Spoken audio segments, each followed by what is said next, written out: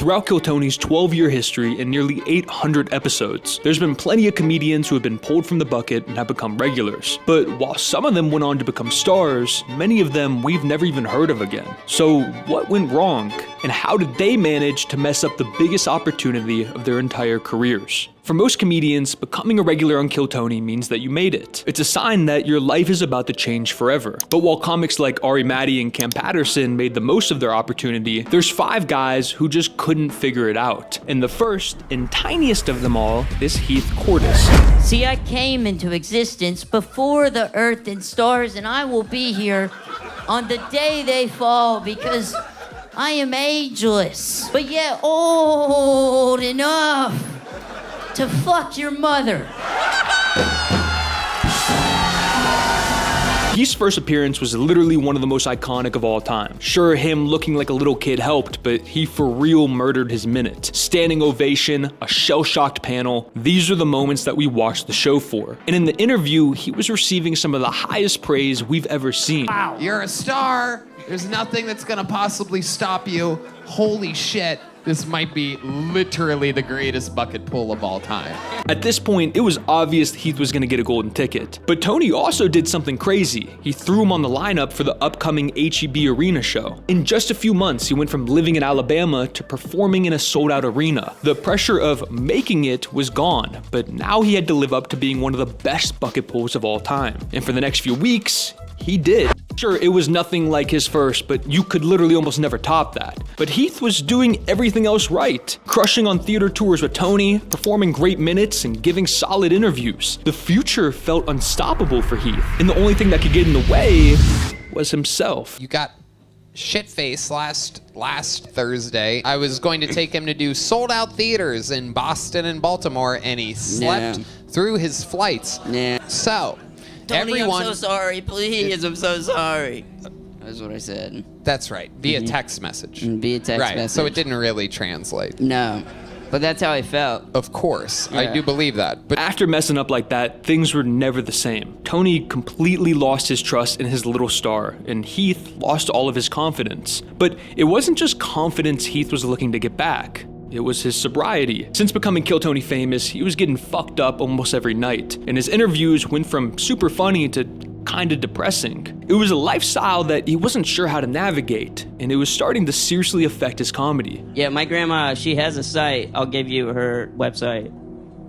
Great. It's a porn website for you to jerk off to.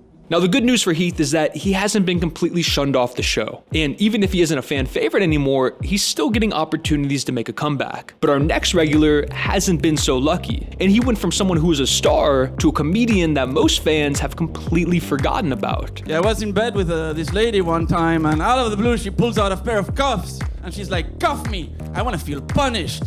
So I was like, I cuffed her to me. Rick Diaz was the perfect example of when preparation meets opportunity. This dude was an assassin, and his first appearance was a masterclass. But there was a serious problem that threatened his entire career. He was only in America for a month. So instead of becoming a full-time Kill Tony regular, Tony only gave him 4 weeks. This would lead him to do something that nobody has ever dared to do before, and it would ultimately cost him his entire Kill Tony career. Well, if I judge it by my laughs per minute, I think Hans Kim would have gotten a run for his money tonight.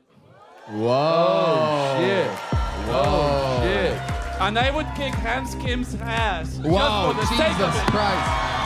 Oh my God. Now, Rick already had a golden ticket, but that wasn't enough. If he was gonna quit his job and move to America, he needed to be the newest full-time regular, and he was willing to do whatever it took to take Han's job. So at the H-E-B arena show, they were set to battle for their regularship. But if Rick lost, he was gonna lose his golden ticket and his career on Kill Tony would be over. This wasn't a fun little joke. This was a dude trying to end someone's career for real, and the beef between them was real. Would you like it if someone came to your job was like, hey, I could do better at your job. I challenge you.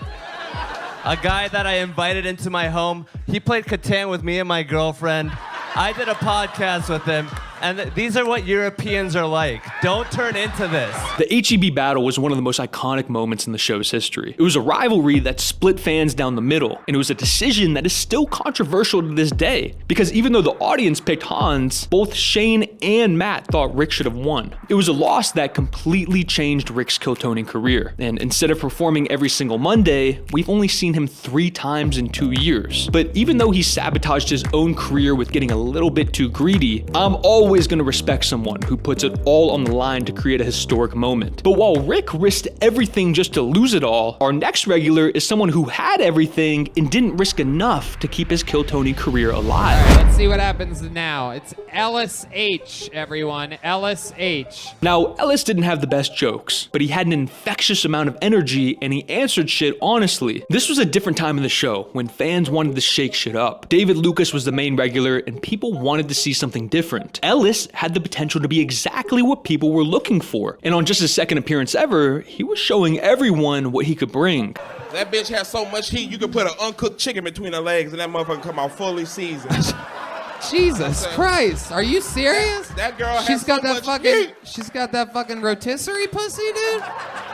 After being given the chance to fill in for David Lucas, Ellis was a huge part of the show now. The only question was, could his infectious energy outlast his lack of jokes? He wasn't really a comedian. He was an aspiring actor who just happened to have a really good stage presence. But now he was filling in for a legit comic, and the pressure was on. Pretty quickly, his minutes started to struggle, and the interviews just weren't hitting the same. But Tony could look past all that. He loved this kid's energy. He thought he could be a star. But what Tony couldn't look past was the fact that Ellis was bombing his tits off. So, hey, anybody live in the Spicewood or Anderson Steck Avenue area? Make some noise. Why is he breaking the fourth wall, dude? Yeah, what the yeah, fuck? why I are you don't doing know. Nobody needs to I make just noise. dropped Just acid, do the bro. joke Okay, that you would do if the alright. whole place went crazy. You're right. After a few more appearances, it was obvious Ellis probably wasn't gonna figure it out. He wasn't great at taking jokes, and he struggled at being consistent. But the main problem was he focused on his acting career more than his comedy. It's one of the strangest examples of a regular who could've and should've been a star, but he was given everything just a little bit too soon. And speaking of being given too much too soon, our next regular might just be the best example of that in the show's history. Make some noise for your first comedian,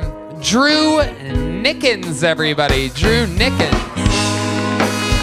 Now, not only did Drew Nickens come out 8 different times in his first appearance, but he also kissed the hottest girl to ever come on stage for the Kiss Me bit. It was a debut similar to Heath's that was so insane it literally could never be topped. But to Drew's credit, he rode the wave for his next few appearances. But as the weeks went on, patience was running out. See, if you aren't consistently murdering your minutes and crushing your interviews, people are gonna get sick of you fast. And in Drew's case, everything about his comedy career needed work. It actually brings us to this much larger problem with the show, because the old regulars like Hans or David Lucas, they used to have a long time to grow and develop. But now people aren't patient. They don't want to see that shit. You're either a star right off the bat and you kill, or get the hell off stage. And unfortunately for Drew, he was someone who needed more time to develop. He was another case of being given way too much, way too fast. And our 5th and final regular can relate to that, except his career collapsed in a much more dramatic fashion. Here he is, everybody. Make some noise for Uncle Laser. Uncle Laser's first appearance wasn't as electric as Heath's, Rick's, or Nickens, but he was exactly what Tony was looking for. A buck-wild, bad-mouthin', filthy little animal who laid it all on the line in his interviews. See, he was destined to be a star, and nobody thought so more than Tony. But there was a problem when he was given his first real chance to be a regular on the show, because Laser wasn't some veteran comedian. He was a dirty dog working out in the oil fields. And sure, his sets were entertaining, but after a few, the charm started to wear off. I made it the size of your vagina too, dude. Oh, wow. I always knew that you wanted to fuck you. me. Yeah. You just don't have your hair thinning. I'm upset. I love it. Very good. So was your time on the show, so that they have that in common. This is really exciting. It was the same exact problem as Nickens. People didn't want to watch him develop, and he was starting to feel the heat. Now, the more the heat was turned up, the more that Uncle Laser started to act out. The lines were getting blurred between his character and who he really was. Instead of the authentic guy we saw in his first appearance, he was now almost playing a character of who he thought people wanted to see. But this was just one problem, because the pressure of it all was now really starting to get to him, and he was saying shit that was starting to piss Tony off. Hey, that's funny you should say that, but my Instagram account alone has more than the Kill Tony fucking Instagram account. How does that make you feel?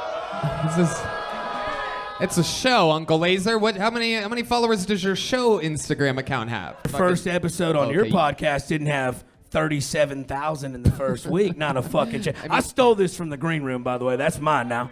His lack of experience was really starting to show. He'd only been around for a few months, and he was already one of the most divisive figures in the show. Each appearance turned into an audition as to why he should even stay on the show. But the real reason as to why he'd been falling off started to come out. Uncle Laser, welcome back. Now that's a fun set because the Uncle Laser that we've known for the most part has been a piece of shit. Yeah, you've been on heavily on high amounts of 6th Street cocaine. Guess it shouldn't be a surprise that Uncle Laser was getting blasted before his sets, but this marked a turning point in his career when he decided that he was really gonna take this shit seriously. Now, Laser was always funny off stage. He was a fun hang, which is why he kept getting chances from Tony. As the months went on, he slowly started to develop his craft as well. He was going from a fun gimmick to a solid comedian. Are we sure almond milk ain't making everybody trans?